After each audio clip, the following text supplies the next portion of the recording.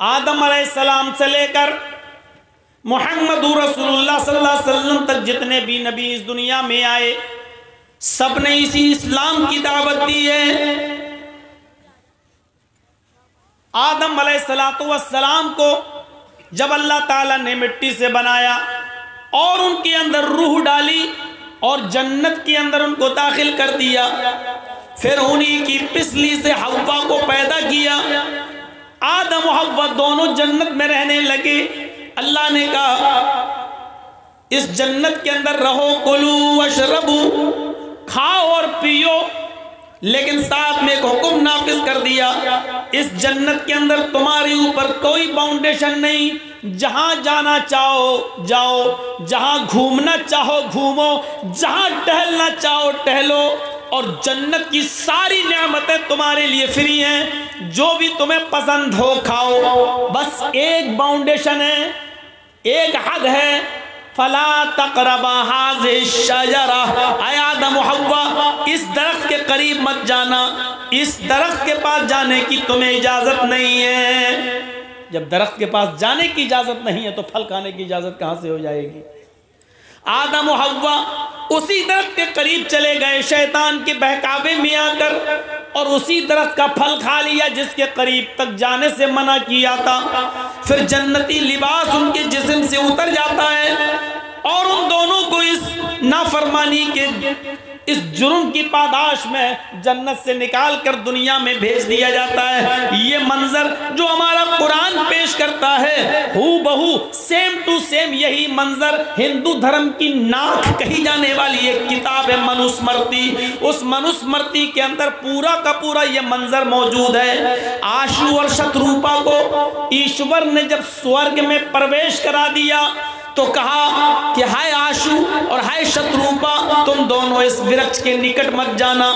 आशु और शत्रुपा उसी वृक्ष के निकट पहुंच गए और उस वृक्ष का फल खा लिया। स्वर्गीय वस्त्र उनके शरीर से उतर जाता है, जन्नती लिबास उनके जिस्म से उतर जाता है। स्वर्ग के बड़े बड़े वृक्षों के पत्तों से उन्होंने अपने गुप्तांग को, अपने शरीर को छिपाया, और उसके बाद उन दोनों को स्वर्ग से निष्कासित कर दिया गया, जन्नत से निकाल कर उनको दुनिया में भेज दिया गया। यही वाकया मनुस्मृति के अंदर भी मौजूद है। इससे साफ क्लियर होता है कि आदम और हव्वा का वाकया मनुस्मृति में मौजूद है। हजरत नूह अलैहिस्सलातु वस्सलाम अपनी कौम को समझाते रहे, बिलाखिर कौम ईमान नहीं लाई, अल्लाह का अज़ाब आया, जमीन से पानी, आसमान से पानी। नूह का बेटा कनान एक पहाड़ के ऊपर चढ़ गया। नूह अलैहिस्सलाम ने कहा मेरे बेटे आज मेरी कश्ती में बैठ जा, ईमान लिया, अल्लाह को मान ले, तौहीद को मान ले, ईश्वरवाद को कबूल कर ले, लेकिन वो नहीं माना। कहने लगा पानी पहाड़ तक नहीं आएगा। पानी पहाड़ तक पहुंच गया, नूह का बेटा ईमान नहीं लाया और नूह के सामने उनका बेटा डूब कर मर गया।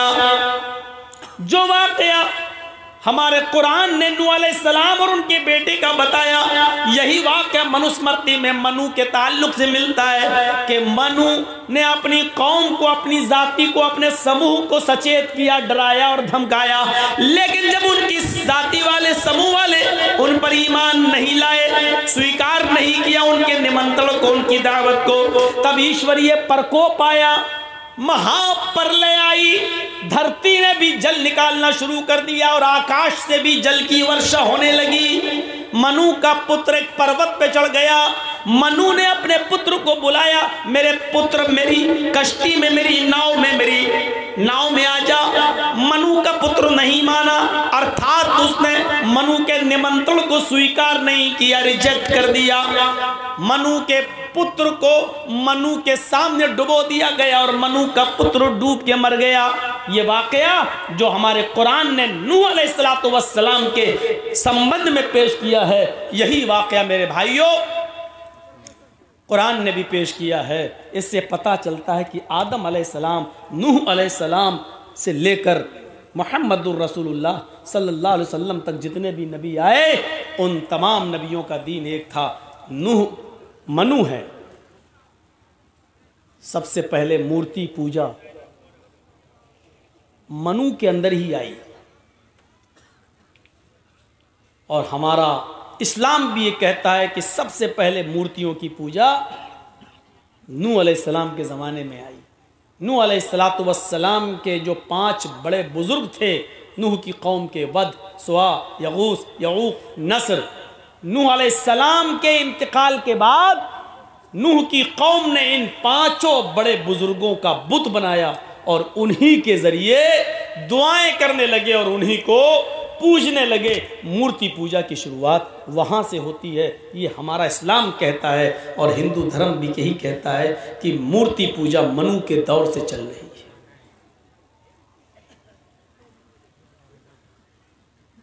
ये चीज आप देखते जाएं। फिर आगे बढ़िए, फिर हमें ये मिलता है, जब आप भविष्य पुराण पढ़ेंगे तो हमें ये मिलता है कि शंकर जी की कोई औलाद नहीं होती थी, तो उन्होंने अपनी पत्नी को एक मंत्र दिया पार्वती जी को, और पार्वती जी जब नहाने लगी तो उनके जिस्म से, उनके शरीर से जो मैल और कुचैल और गंदगी जो निकल रही थी, उस मैल और कुचैल और गंदगी से उन्होंने एक पुत्र बनाया, बेटा, और उसका नाम रख दिया गणेश। गणेश को तलवार लेकर दरवाजे पे खड़ा कर दिया, किसी को अंदर मत आने देना, मैं नहा रही हूं, मैं स्नान कर रही हूं।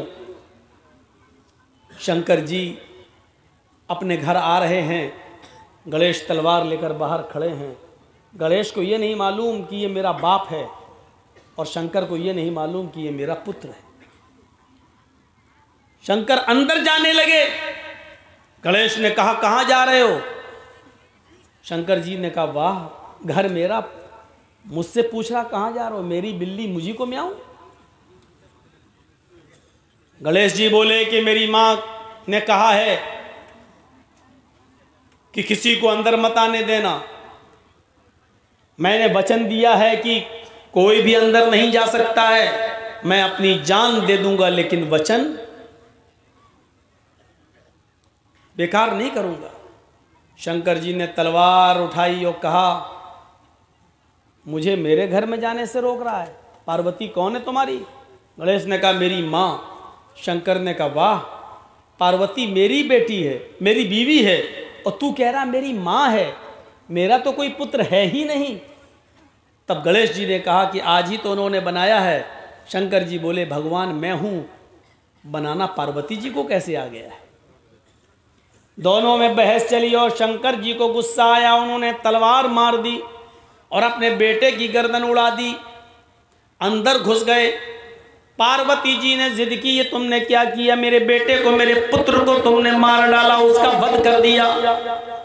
अब मैं उस वक्त तक तुमसे बातचीत नहीं करूंगी जब तक कि मेरे पुत्र को तुम जीवित न कर दो। शंकर जी ने पूरे जंगल में अपने पुत्र की कटी हुई गर्दन तलाश की लेकिन नहीं मिली। कहने लगे पार्वती जी ये क्या हो रहा है, अभी तो मैंने गर्दन काटी लेकिन वो गर्दन तो कहीं मिल ही नहीं रही है, रास्ते में एक हाथी चला रहा है।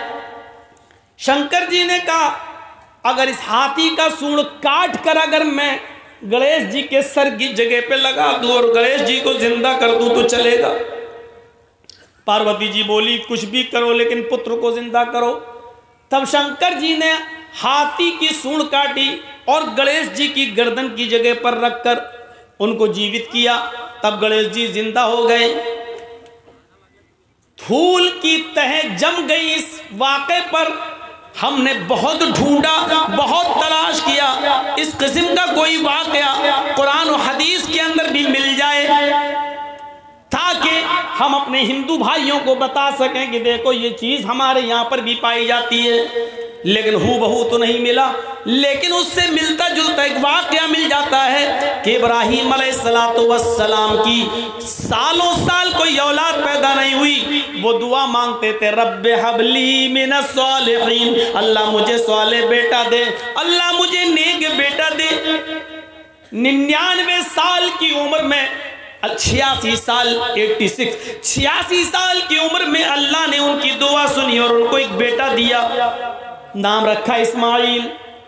जब वो बेटा 13 साल का हो गया तो इब्राहिम अलैहिस्सलाम ने ख्वाब में देखा, सपने में, कि मैं अपने बेटे को ज़िबा कर रहा हूँ और अल्लाह मुझसे मेरे बेटे की कुर्बानी मांग रहा है। तब अपने बेटे से उसका इजहार किया, बेटा तैयार हो गया।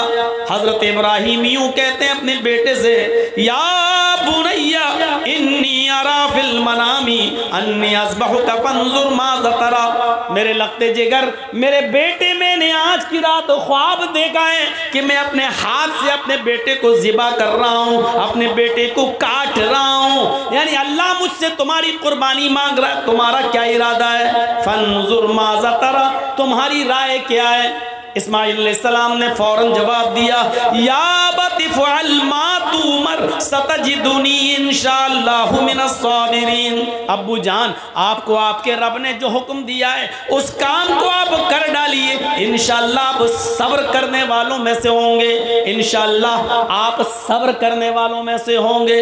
तब इब्राहिम ने अपने बेटे इस्माइल को पेशानी के बल जमीन पर लिटा दिया और तेज छुरी बेटे की गर्दन पर चलाने लगे। लेकिन अल्लाह रब्बुल आलमीन का उधर हुक्म हुआ, बस नहीं, आए छुरी, तू अपना काम नहीं करेगी। इब्राहिम अपना काम कर रहे हैं, छुरी को हुक्म हो गया, तू चलेगी नहीं। आवाज आई, बस बंद करो इब्राहिम, कद सद्दक़्ता रुया इन्ना कज़ालिका नजज़िल मुहसिनीन। बस करो, तुमने अपने ख्वाब को सच्चा कर दिखाया और मैं नेक लोगों को इसी तरीके का बदला दिया करता हूँ। फिर अल्लाह ताला ने जन्नत से एक दुम्बा भेजा और वो इस्माइल की जगह पर दुम्बा ज़िबा कर दिया गया। मेरे भाइयों, यहाँ शंकर ने गणेश की गर्दन उड़ाई, यहाँ इब्राहिम ने इस्माइल की गर्दन पर छुरी चलाई। वहाँ गणेश कट गए, यहाँ इस्माइल कटे नहीं। वहां गणेश को जिंदा रखने के लिए हाथी काटा गया, यहाँ इस्माइल की जगह पर दुम्बा आया है। कितनी धूल जम गई किताबों पर और जमाने गुजरते गए। इस वाक़े को जब हम इस हकीकत की रोशनी में जब तलाश करते हैं तो पता चलता है कि किसी न किसी शक्ल में ये वाक़या कुरान और हदीस की किताबों में मौजूद है, जिसको ये शंकर कह रहे हैं। हो सकता है हमारे यहाँ वही इब्राहिम अलैहिस्सलाम हो, और जिसको ये गणेश कह रहे हो सकता है हम उन्हीं को इस्माइल अलैहिस्सलाम मानते हों, और जिसको ये पार्वती मानते हैं हो सकता है कि हमारे यहाँ वही हाजरा हो। लेकिन हो सकता है कि साथ क्लियर हम भी नहीं कर सकते। इन चीजों के सामने देखिए तो पता चलता है कि हकीकत क्या है। ये धूल कौन साफ करेगा? जो किताबों के जरिए चढ़ चुकी है। घर साफ करते हो, कपड़े साफ करते हो, बर्तन साफ करते हो, किताबों पर जो खुराफातों की धूल जम गई है उसे कौन साफ करेगा? अल्लाह ने तुम्हें फिल्टर दिया है, साफ करने की चीज दी है, पाउडर दिया है, और वो है कुरान करीम। इस कुरान करीम की कसौटी पर रखकर उस धूल को साफ कीजिए। हर चीज चमकती हुई सोने की तरह आपके सामने क्लियर होती चली जाएगी। इस्लाम की बुनियाद जिन 5 चीजों पर है, हिंदू धर्म की बुनियाद भी उन्हीं 5 चीजों पर टिकी हुई है। बुनियल इस्लाम अला खम्सिन शहादती अल्ला इलाहा इल्लल्लाह व अन्ना मुहम्मदर रसूलुल्लाह व इकामिस सलाह व ईताइज ज़काह वल हज्ज व सौम रमज़ान। इस्लाम की बुनियाद इन 5 चीजों पर है।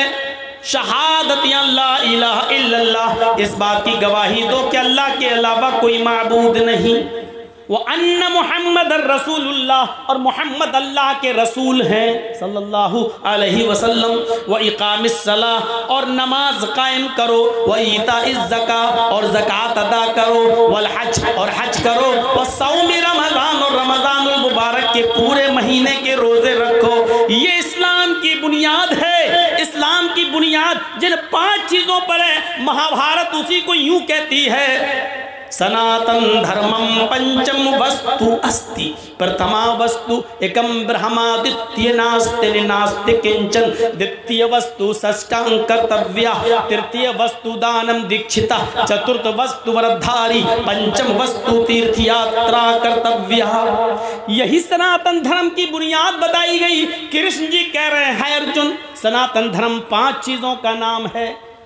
सनातन धर्म 5 चीजों का नाम है। प्रथमा वस्तु, पहली चीज, एकम ब्रह्मादित्य नास्ति नास्ति किंचन, एक ही ब्रह्मा है, दूसरा नहीं, नेह बिल्कुल नहीं, नाना कतई नहीं, किंचन जरा सा भी नहीं। कृष्ण जी अर्जुन से कह रहे हैं एक ही ब्रह्मांड का रचयिता और रचनाकार है, एक ही ब्रह्मा है, एक ही इस दुनिया का बनाने वाला क्रिएटर ऑफ यूनिवर्स एक ही है, द्वितीय नास्ते दूसरा नहीं। इस विश्व का निर्माण करता एक ही है, इस विश्व का बनाने वाला एक ही है, इस महान जगत का स्वामी एक ही है, द्वितीय नास्ते दूसरा नहीं, ने बिल्कुल नहीं, ना ना कतई नहीं, हरगिज नहीं, किंचन जरा सा भी नहीं। ये कृष्ण जी अर्जुन से कह रहे हैं। मोहम्मद रसूलुल्लाह क्या कह रहे हैं? शहादती अल्लाह इलाहा इल्लल्लाह, अल्लाह के अलावा कोई माबूद नहीं। द्वितीय वस्तु साष्टांग कर्तव्य, दूसरी चीज है अर्जुन साष्टांग करो। साष्टांग ये बड़ा अजीब जुमला है। हिंदू लोग आज भी साष्टांग करते हैं, लेकिन उनको खुद नहीं पता ये साष्टांग करते हैं कि 20 टांग करते हैं। सा अष्ट अंग, इसको जब मिलाया जाएगा तो पढ़ा जाएगा साष्टांग। अष्ट के माना संस्कृत में होते हैं 8, सा अष्ट। अब मिलाइए तो पढ़ेंगे साष्ट, सा अष्ट यानी साष्ट, 8 के साथ, 8 के साथ अंग, सा अष्ट अंग, साष्टांग 8 अंगों के साथ धरती पर रखकर, 8 अंगों को धरती पर रखकर ईश्वर को प्रसन्न करो। 8 अंग जमीन पर रख के कोई बताए? 8 अंग सिर्फ सजदे में होंगे, बस कोई और दूसरी शक्ल है ही नहीं। सजदे में आप जाइए, माथा और नाक कितना है? 2 हाथ कितना? 4, और दोनों घुटना कितना हुआ? 6, और दोनों पैर 8। सा अष्ट अंग। कृष्ण जी कह रहा अर्जुन साष्टांग करो यानी सजदा करो, और खुल के कह दूं नमाज पढ़ो। पहली चीज, इस ब्रह्मांड का रचयिता और रचनाकार एक है, दूसरा नहीं, यानी एक ही अल्लाह इबादत के लायक है, दूसरा नहीं। दूसरी चीज साष्टांग, 8 अंग यानी सजदा करो। आज भी बड़े बड़े गंगा है, बनारस में आ जाइए, इलाहाबाद में आ जाइए, हरिद्वार चले जाइए, पंडित लोग साष्टांग करते, पूरा ऐसे लेट जाएंगे, पट। 1-2 पंडितों से मैंने पूछा भी था ये क्या कर रहे हो? कहते साष्टांग। मैंने कहा साष्टांग है कि 20 टांग? अंग गिनो कितने हैं? तो कहने लगे फिर साष्टांग क्या हुआ? फिर मैंने बताया कि लहर तुम तो अपने जैसी कहोगे। हक बात तस्लीम कर लेना हर किसी के बस की बात नहीं है, जो जल्दी कबूल कर ले। तुम अपनी मीनिंग से देखो, सा अष्ट अंग, साष्टांग का मतलब ही होता है 8 अंगों के साथ, और 8 अंग सिर्फ सजदे के अंदर होते हैं। तृतीय यहां क्या कहा? इकामिस सलाह, नमाज पढ़ो। तीसरी चीज इस्लाम ने क्या कही? ज़कात दो, व ईता इस ज़कात दो। और यहां कृष्ण जी क्या कह रहे? अर्जुन दानम दीक्षता, दान दो, दान खैरात करो। यहां ज़कात, वहां खैरात। चतुर्थ वस्तु व्रतधारी, चौथी चीज व्रत, उपास, रोजा। यहां चौथी चीज वसौमी रमजान, रमजान के पूरे महीने का रोजा। वल हज, यहां 5वीं चीज हज, वहां तीर्थ यात्रा कर्तव्य, तीर्थ यात्रा करो। किसी पवित्र शहर में गंगा जलेश्वर भवती, जहां गंगा का पवित्र जल मौजूद हो, ऐसे शहर में चले जाओ जहां गंगा का पवित्र जल मौजूद हो। हाँ, आगे का मतलब बड़ा अजीब है, वो समझना पड़ेगा। स्नान कर्तव्य, उसमें डुबकी लगाओ ताकि तुम्हारे पाप मिट जाएं। ये चीज समझने की है। कृष्ण जी कह रहे हैं पांचवी चीज तीर्थ यात्रा करो, यानी अपना शहर छोड़कर किसी पवित्र शहर चले जाओ। गंगा जलेश्वर भवती, जहां गंगा का पवित्र जल मौजूद हो। स्नानम कर्तव्य, उसमें स्नान कर लो। इसी वजह से हिंदू भाई गंगा में डुबकी लगाते हैं ताकि पाप मिट जाएं। चाहे कितने गुनाहगार हो, एक डुबकी लगाओ, पाप धुल गए। जबकि इसका मतलब यह है किसी ऐसे शहर में चले जाओ जहां गंगा का पवित्र जल मौजूद हो, जहां पानी ऐसा मौजूद हो, और उसमें डुबकी लगाने का मतलब यह कि उस शहर में चले जाओ, गंगा जल में पवित्र शहर में चले जाओ का मतलब यह है कि मक्के में चले जाओ, और डुबकी लगाने का मतलब यह है कि मक्के में दाखिल हो जाओ, यानी हज करो।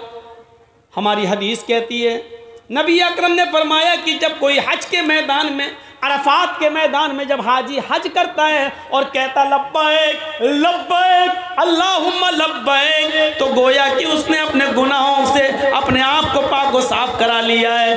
फरिश्ता आवाज देता है, आए हाजी, आज तुझे अल्लाह ताला ने गुनाहों से बिल्कुल ऐसे पाक व साफ कर दिया जैसे तू अपनी माँ के पेट से आज ही पैदा हुआ है। धोबी की भट्टी में जिस तरह कपड़े का मेलू कुचैल साफ हो जाता है, उसी तरीके से तेरा भी, तेरे गुनाह सब मिट गए। अय हाजी, अपने शहर जाने के बाद, अपने मुल्क में जाने के बाद, अपने गुनाहों से फिर से अपनी जिंदगी को काला और सियाह न कर लेना। तो तीर्थ यात्रा का मतलब यह है कि हज कर लो, पवित्र शहर चले जाओ, वरना डुबकी लगाने से गुनाह माफ नहीं होते हैं। माफ करना, अगर डुबकी लगाने से गुनाह माफ होते और पाप मिटते तो वो फिल्म न बनती, और वो फिल्म में ये गाना नहीं बनता। अगर ये गाने में थोड़ी बहुत भी झूठ होता तो सेंसर बोर्ड उस गाने को पास नहीं करता। वो गाना आज तक चलता है, राम तेरी गंगा मैली हो गई, पापियों के पाप धोते धोते। राम की गंगा भी कभी मैली हो सकती है? नहीं।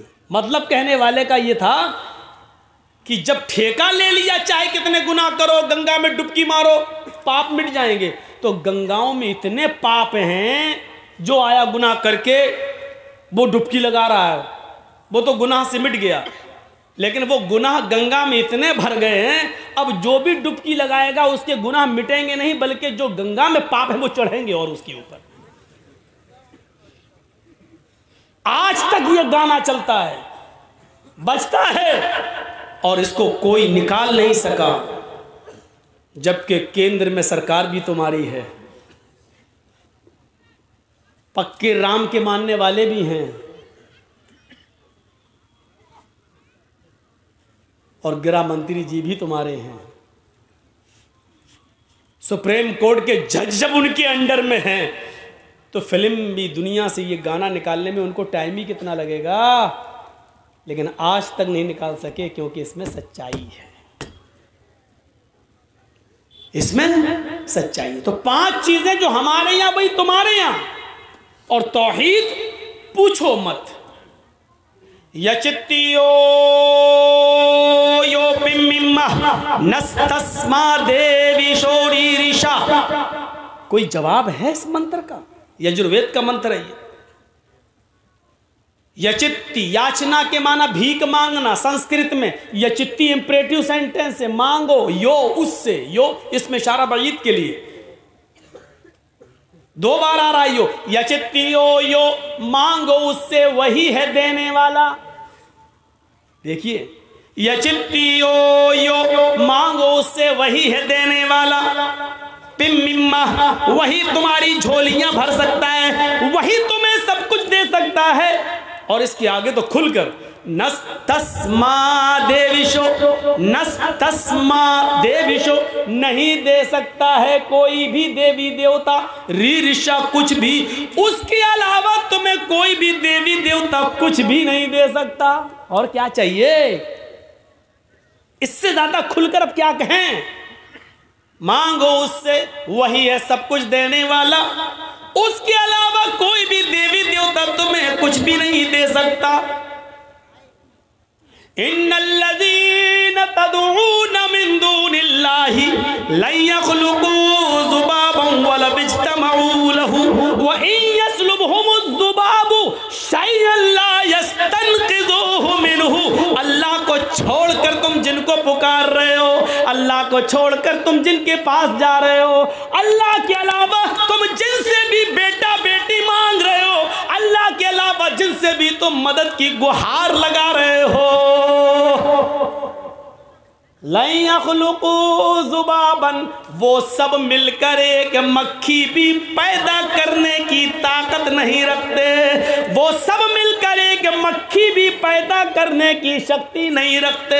व इन यस्लुबहुमुज़्ज़ुबाबु शैअन, अगर मक्खी उनसे थोड़ी सी कोई चीज लेकर छीन कर चली जाए तो ये सब मिलकर उस मक्खी को पकड़कर, मक्खी जो चीज लेकर गई उससे वो चीज वापस लेने की भी ताकत नहीं रखते। जो एक मक्खी से चीनी शक्कर का एक दाना तक छीनने की ताकत नहीं रखता है, वो तुम्हें क्या देगा और तुम्हारी मदद क्या करेगा?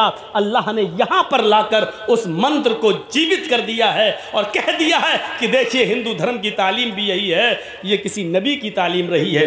नस्तस्मा देवी शोरी ऋषा, उसके अलावा तुम्हें कोई कुछ भी नहीं दे सकता।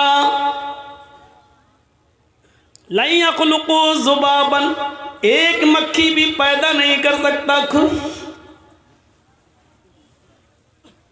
व इन यस्लुबहुमुज़्ज़ुबाबु शैअन, मक्खी कुछ लेके चली जाए तो वो छीन भी नहीं सकता। अब सुनिए, हिंदू धर्म में 33 करोड़ देवी देवता हैं। रोजी देने वाला अलग, बारिश बरसाने वाला अलग, पैदा करने वाला अलग। जो 3 बड़े बड़े खुदा माने जाते हैं हिंदू धर्म में, वो 3 हैं बड़े बड़े, ब्रह्मा, विष्णु, महादेव। ब्रह्मा दुनिया का बनाने वाला, ये है क्रिएटर। विष्णु ये है पैदा करने वाला, ये है पालने वाला। विष्णु ये परवरिश करता है, पालता है, रोजी रोटी देने वाला। और महादेव यानी शिव ये है मारने वाले, ये हैं मारने वाले। लेकिन ऋग्वेद क्या कहती है? अहम ब्रह्मा अस्ति, अहम शिव अस्ति, अहम विष्णु अस्ति, अहम सूर्य अस्ति, अहम चंद्र अस्ति। मैं ही ब्रह्मा हूं, ये लीजिए, मैं ही ब्रह्मा हूं, मैं ही विष्णु हूं, मैं ही शिव हूं, मैं ही क्रिएटर हूं, दुनिया बनाने वाला मैं ही हूं। अहम विष्णु, मैं ही परवरिश करने वाला हूं, पालने वाला हूं।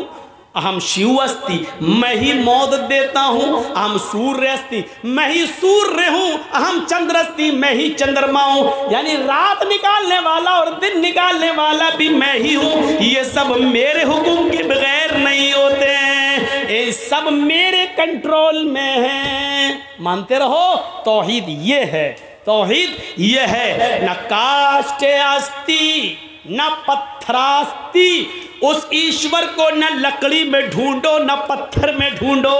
वो ईश्वर है, उसको न लकड़ी में ढूंढो न पत्थर में ढूंढो। ओम निराकारम अस्ति निराकारम अस्ति, वो ईश्वर निराकार है, उसका कोई आकार ही नहीं, उसकी कोई शक्ल बना ही नहीं सकता है। लैसा कमिस्लिही शैउन, उस अल्लाह की तरह कोई चीज है ही नहीं है, उस अल्लाह की तरह कोई चीज है ही नहीं। ये लीजिए, तौहीद हमारे हिंदू भाइयों के अंदर भी यही है। वला तदउ मिन दूनिल्लाहि मा ला यनफउका वला यज़ुर्रुक, इसी को कुरान ने कहा है वला तदउ मिन दूनिल्लाह, अल्लाह को छोड़कर तुम किसी और को मत पुकारो। माला यनफउका वला यज़ुर्रुक, वो तुम्हें नफ़ा और नुकसान नहीं दे सकता है। नफ़ा और नुकसान का मालिक कौन है? अल्लाह रब्बुल आलमीन। ये तौहीद है हमारे हिंदू भाइयों के यहाँ। आइए एक चीज़ और बता दें।